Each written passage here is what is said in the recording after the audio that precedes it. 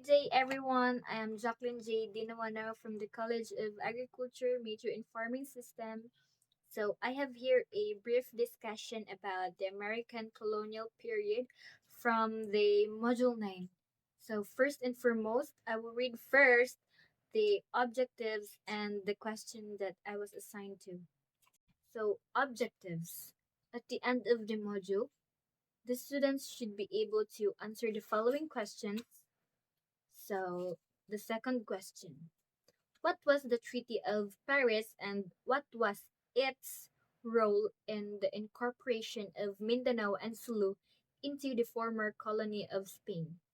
So, for the part 1, at first, the Americans pretended to be a friend of Christian Filipino revolutionaries. In fact, Emilio Aguinaldo's cooperation was obtained through the promise and assurance of various American officials that their intention was only to destroy the Spanish forces in the Philippines and that they would never colonize the country. So later on, this friend would turn into an adversary after abandoning her promise or their promise of not colonizing the Philippines. So noong ika-19 na siglo ay ang mga Amerikano ay nag-umpisa sa pakikipagtulungan kay Emilio Aguinaldo at sa mga Filipino na revolusyonaryo laban sa mga Espanyol, 'di ba? So nangako ang mga Amerikano na ang tanging layunin lamang nila ay ang talunin ang mga Espanyol at hindi kolonisahin ang Pilipinas. Ngunit ito ay isang pangako na nagkamali. So, ganon. Let's move on into the part 2. The ratification of the Treaty of Paris certainly generated negative responses from Emilio Aguinaldo and the Christian Filipino revolutionists. They thought and felt that they were betrayed by the Americans who promised to leave them on their own as soon as they defeated the Spanish forces. So, ito yung sinabi ko na ibinanta ng mga Amerikano ang Pilipinas sa Treaty of Paris at nilinlang lamang si Emilio Aguinaldo ng mga Amerikano. Naakala nila ay pagkatapos nilang tulungan ng ang mga Amerikano ang Pilipinas ay makakalaya na ang Pilipinas, ngunit hindi pala. Nagkamali pala sila, no? And then they were disappointed to know that their dream of defining their own future as an independent nation would be interfered with by a new colonizer. So mao na to. Murag another disappointment na pud para sa mga taga Pilipinas kay abi nila last na tong Spanish but naa na pud ay next ang America na pud ay mag-colonize sa ilaha. So noon ay ang Pilipinas ay hindi isang magkakaisang lupain. So kumbaga lahi-lahi ang nag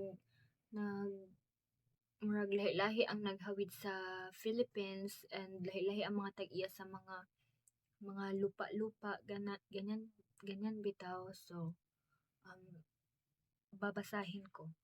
So noon, ang Pilipinas ay hindi isang magkakaisang lupain. Tatlo ang mga pangunahing estado. Unang-una dito ay ang Pilipinas. Mga lugar na kontrolado ng mga Espanyol sa Luzon, Visayas at Hilagang Mindanao, Northern Mindanao. Ang pangalawa naman ay ang Sultanato ng Maguindanao sa gitnang timog na Mindanao.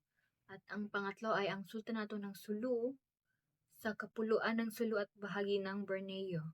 So, lalo na ang mga Moro ay labis na nagalit, no?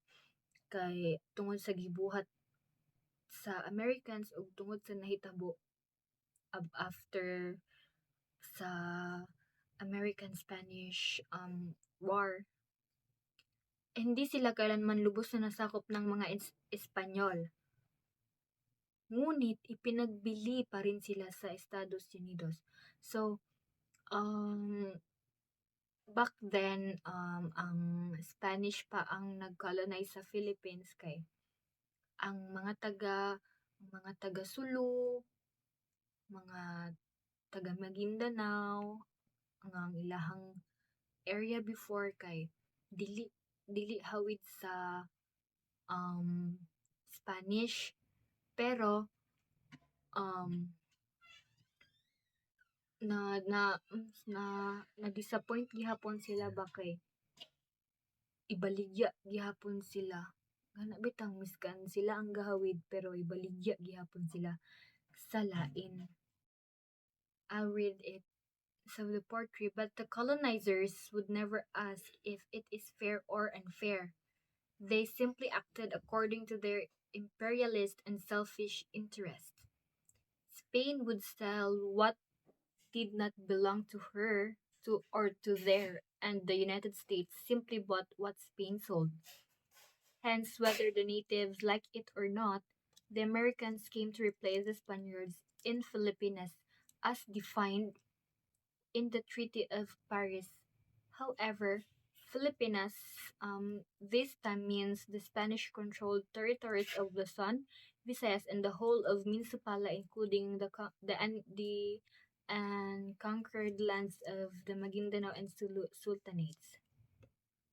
Dito, ang momentong ito ay nagmarka sa simula ng kolonyalismo ng Amerika sa Pilipinas. Lubos binago ang politikal at kalagayan ng rehiyon at sinira ang mga pag-asa ng mga kumikibang para sa kalayaan. So that would be all. Thank you for watching or for listening my videos, and please like and comment if you understood my lesson.